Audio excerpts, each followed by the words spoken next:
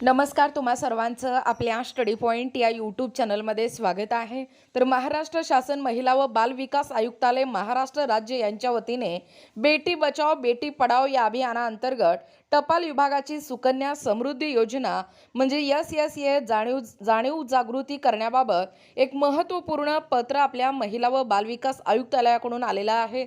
जास्तीत जास्त अंगणवाडी सेविकांपर्यंत हा व्हिडिओ पोहोचवणं गरजेचं आहे आणि अशाच प्रकारचे व्हिडिओ पाहण्यासाठी सर्वप्रथम आपल्या चॅनलला सबस्क्राइब करा।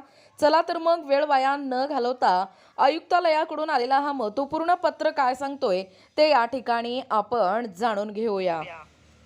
बघा, या ठिकाणी तुमच्या समोर डाक विभागाची ही सुकन्या समृद्धी योजना आहे।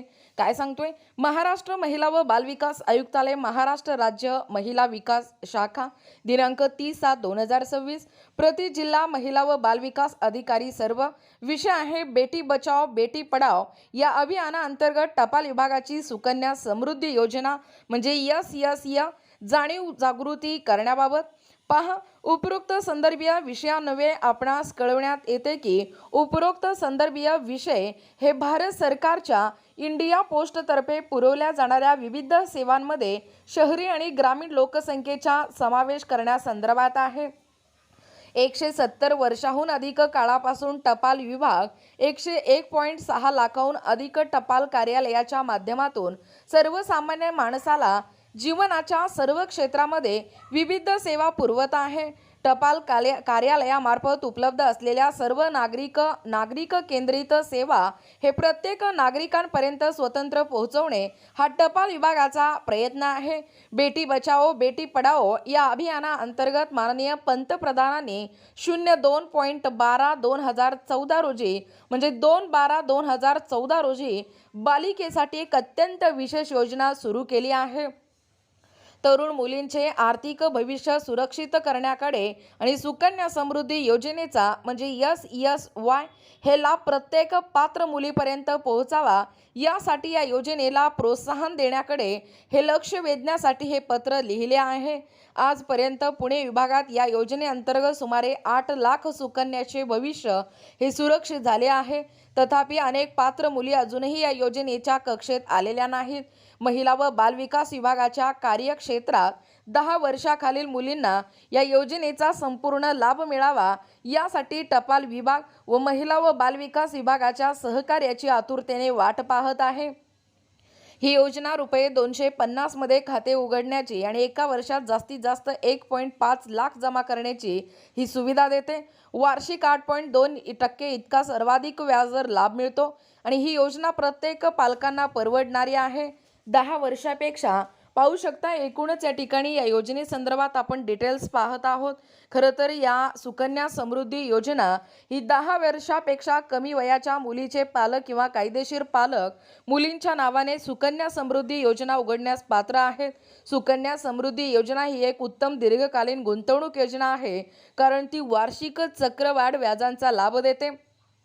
त्यामुळे लहान गुंतवणुकीतूनही दीर्घकाळात चांगला परतावा मिळतो। पालक किंवा कायदेशीर पालक आयकर कायदा 1961च्या कलम 80C अंतर्गत एका वर्षात जास्तीत जास्त रुपये 1.5 लाखाच्या मर्यादासाठी या सवलतीस या ठिकाणी पात्र आहेत।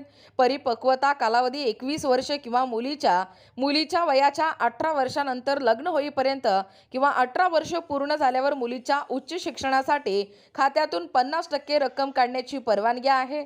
या योजनेची नमुना गणना खालीलप्रमाणे आहे।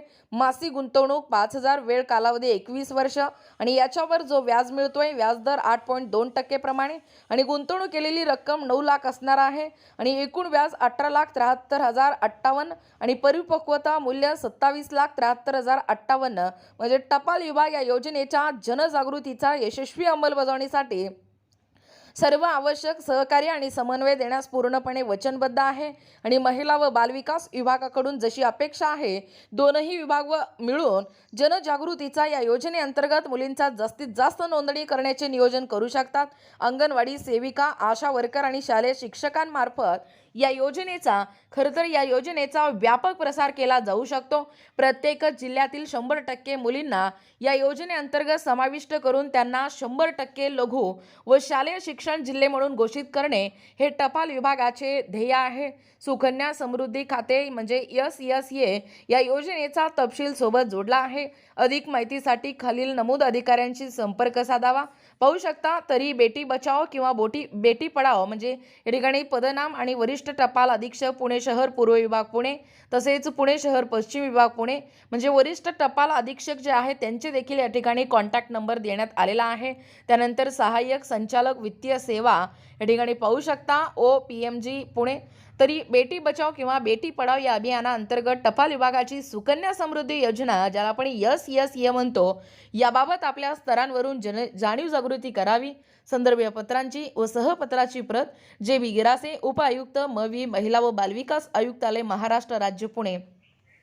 बघा एकूणच अशा पद्धतीने अतिशय महत्त्वपूर्ण अशी योजना आहे जसे की अजून सर्वसामान्यांपर्यंत ही योजना पोहोचलेली नाही म्हणजे डाक विभागाची ही सुकन्या समृद्धी योजना आहे त्याला शॉर्टकटमध्ये आपण SSA अशी म्हणतोय।